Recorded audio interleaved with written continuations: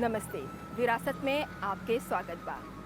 हमनी के देश के इतिहास के अलग अलग समय के दौरान हमनी के विरासत बनले गल। फ्रेंच प्रशासन, ओकर बाद गिरमिटिया मजदूर, ई सब के यहाँ पर स्थापना से हमनी के देश के ओकर जोन इतिहास बनले गल ओकर बहुत अच्छा झलक सकब जा देखे हमनी के गांव और हमनी के शहर में। शहर के जब बात करीला जा त आज हमनी के मुख्य विषय शहर ही रही। कैसे कौंडिलास्काव में यहाँ पर जब फ्रेंच प्रशासन के दौरान कैसे यहाँ के गली के नाम रखा गल और फ्रेंच प्रशासन के बाद जब गिरमिटिया मजदूर लोग मॉरिशस अइलन जा तो उ लोग कैसे अपन अपन भारतीय गली के अनुसार अपन मुल्क के अनुसार यहाँ के जगह के नाम रखलन जा। और फिर उस समय में जो इमारत रहल कैसे आज वो हमनी के देश के विरासत के रूप ले ले बा। आज के कार्यक्रम यही पर आधारित रही।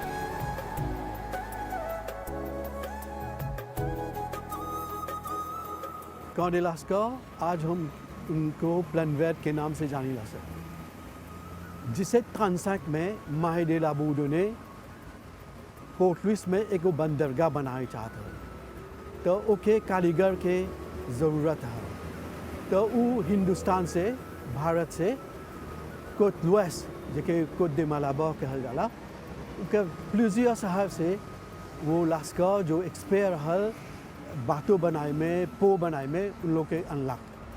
तो वो लोग ये प्लेनवेट यहाँ पे लोग अपन घर कायम कर लन सर। जब वो लोग यहाँ रहलन सर तो वो लोग अपन शहर के नाम उन लोग हर शहर के नाम जो रहल ओकर लाही के नाम गली के नाम ओके देलन सा।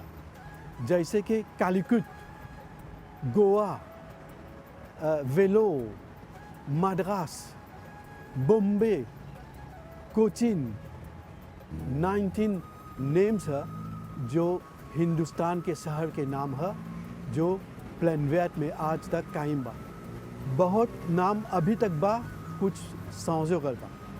ये 19 जो नाम बा ज़्यादातर साउथ इंडिया से जुड़ल बा, बस कि यहाँ के लेपो बंदरगाह से ये सब लास्काव लोग आ रहे हैं। और बाद में जब ये लोग रहलन से प्लेनवेट में, जब हमने के मजदूर इंडेंचर लेबर्स बाद में आल, जब वो लोग अपना कोंत्रा एटाब्लिशमेंट सिक्रिया में टर्मिने करलन से, तो कुछ लोग विलाज में रह गए सर गांव में, कुछ लोग अपन इंडिया रेतूने हो गए सर, और कुछ लोग यहाँ पर कौंडिलास्काव में छुप गए सर, रह गए सर। तो बाद में कुछ रास्ता कुछ गली नॉर्दर्न इंडिया से ताल्लुक़ रखेला, जैसे कि दिल्ली, पटना, बनारस, कलकत्ता। तो ये जो नाम बतावेला ये लिमिग्राशन से जुड़ल बा, ओकर रजिस्टर से जुड़ल बा। माजोरिटे जो गली बा ये हिंदुस्तान के नाम से है प्लेनवेट में कुछ गली भी है जैसे कि माकाओ स्ट्रीट, जावा, पेनांग, ये सब वो फार ईस्ट इंडोनेशिया, मलेशिया या चाइना से जुड़ल बा। और एक दो गो रास्ता बा जो गल्फ कंट्रीज़, अरब कंट्री से, अरब स्ट्रीट, अलेपो स्ट्रीट से जुड़ल बा। तब जो प्लेनवेट है कौंडिलास्काव ओकर में देखबा एगो वायते बा। यहाँ लास्काव भी रहल मगर सब मजहब के आदमी यहाँ पर निमन से बसत रहलन सा। अब एगो बात ये भी बोली, कौंडिलास्काव से पहले एक पहला नाम रहल कौंडे मालाबार, बस मालाबार को से ज़्यादातर लोग ये लास्काव आ रहलन से।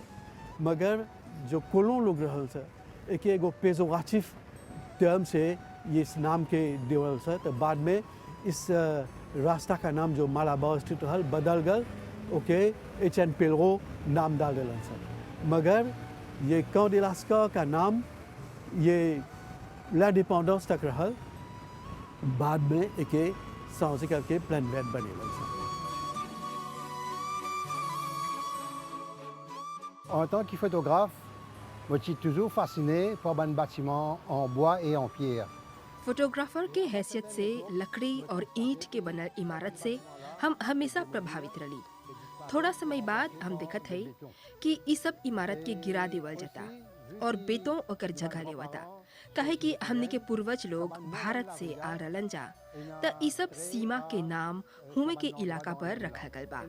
बहुत ऐतिहासिक और सुंदर इमारत के गिरा देवल गल बा, काहे कि ई सब के मेंटेनेंस भारी पड़ेला। और अब तो बड़ा बड़ा इमारत और व्यापारिक केंद्र शहर में हो गल बा। Grands bâtiments et surtout ban commerce. Bien sûr, un pays qui besoin de développer. एगो देश के चाहे डेवलपे होई के बगैर कोनो कीमत पर नहीं। Pas développer. हम कमती उम्र में देश भर में साइकिल पर ब्लैक एंड व्हाइट फोटो खींचत रही। बगैर 1966 से हम पोर्टलुई के फोटो ले लगली, काहे कि शहर में जीवंत तस्वीर सकबा खींचे। On commence à photographier pour lui. Et pour lui, c'est vraiment un lieu à côté. Nous ne pouvons pas montrer des images vivantes. Et dans nos photos, nous ne pouvons pas montrer, par exemple, l'imprimerie du gouvernement aujourd'hui. हमार photo में l'imprimerie du gouvernement, जोन estate bank tower हो गल बा, bank of Mauritius, municipality पोलुई 12 मार्च 1968 के Mauritius के स्वतंत्रता दिवस के उ सब फोटो खींच ले है। Aussi, il y a des métiers qui disparaissent, matelassier, maçonnier, brossier soulier, ban poussière s'arrête. Tout ça, ban photo là, moi ali. Tout ça, ban bâtiment qui m'en prend, tout ça, ban métier, tout ça, ban quotidien qui m'en prend là, ils font partie de nos virasat. मैंने 4 painting बनाई हैं जो प्लेनवेयर से मुतालिक हैं, यानी कॉन्डिलास्का से ताल्लुक़ रखती हैं और रिलेटेड हैं। तो मेरी इस एक पेंटिंग में आप देख सकते हैं कि किस तरह माही दिलाबूदो ने, जो 1735 में यहाँ मॉरिशस के गवर्नर रहे थे, तो उनकी निगरानी में किस तरह कॉन्डिलास्का के लोग यानी हिंदुस्तानी मज़दूर उनके साथ काम कर रहे हैं, हमारी हार्बर को यानी बंदरगाह को बना रहे हैं। तो इस बात से ज़ाहिर होता है, मालूम होता है कि उन लास्का का हमारे बंदरगाह से बहुत गहरा ताल्लुक़ है। उन लोगों ने बंदरगाह बनाने में उन लोगों का बहुत बड़ा हाथ है। मेरी दूसरी पेंटिंग में आप देख सकते हैं कि यहाँ पर एक मुग़ल डिप्लोमेट बैठे हुए हैं। उनका नाम है मिर्ज़ा इत्तेसामुद्दीन। मिर्ज़ा इत्तेसामुद्दीन 1765 में मॉरिशस आए थे और उन्होंने एक ट्रैवलॉग लिखा था। ट्रैवलॉग में उन्होंने मेंशन किया कि किस तरह यहाँ पर जब वो आए थे तो उस वक्त रमज़ान का महीना चल रहा था। चूँकि 1765 की बात हो रही है तो उस वक्त जो खाना दस्तयाब था, अवेलेबल था, वो था लोकल फ्रूट्स जो आप उस पर देख रहे हैं, इस दस्तरख्वां यानी नीचे लोगों ने रखा है। उसके बाद मेरी एक तीसरी पेंटिंग है जो प्लेनवेयर से रिलेटेड है। वो यहाँ की सबसे पहली मस्जिद यानी मस्जिद अल-अक्सा। ये मस्जिद 1805 में 1805 में तामीर यानी कंस्ट्रक्ट की गई थी। पुराने ज़माने में वो किस तरह दिखती थी और ऊपर के हिस्से में आप देख सकते हैं कि आज के ज़माने में ये मस्जिद किस तरह है। उसके बाद मेरी एक चौथी पेंटिंग है जो दिखा रहे हैं एक घर, ऐसा घर जो अभी भी मौजूद है प्लेनवेयर में।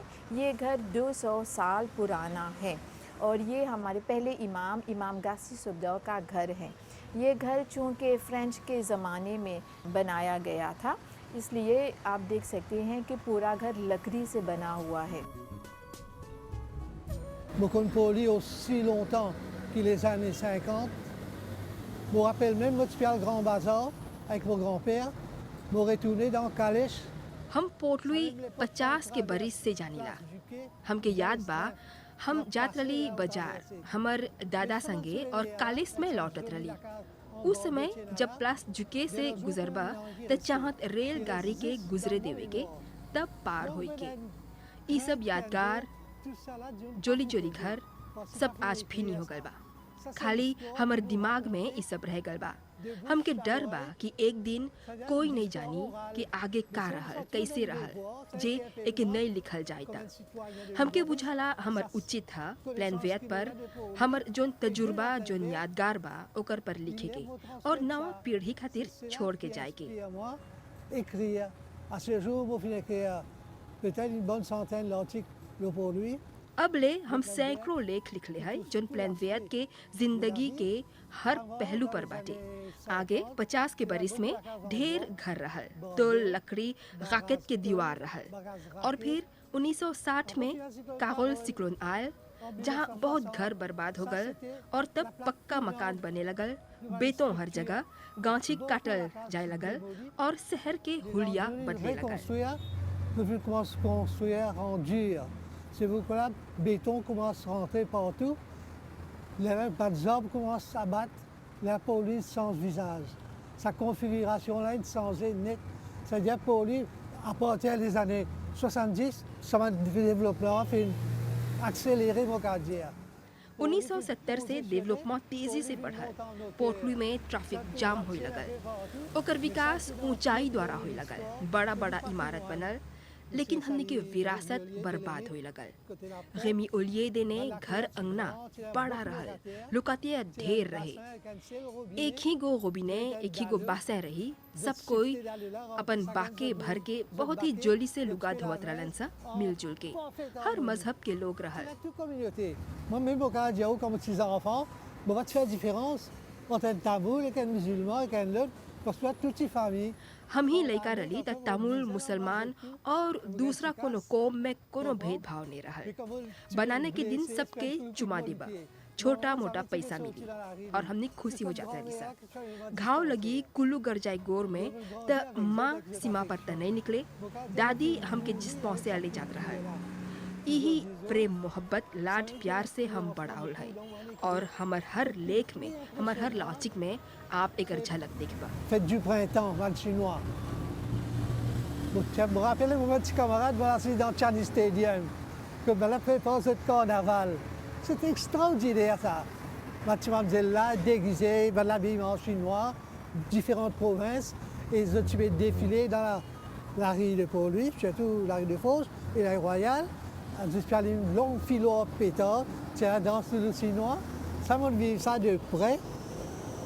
Et quand vous faites là, traverser une file aller, nous nous ramassons pétard, nous. Le pétard qui va sonner, pétard en fisette. Donc, casse le tient de souffle et nous allons.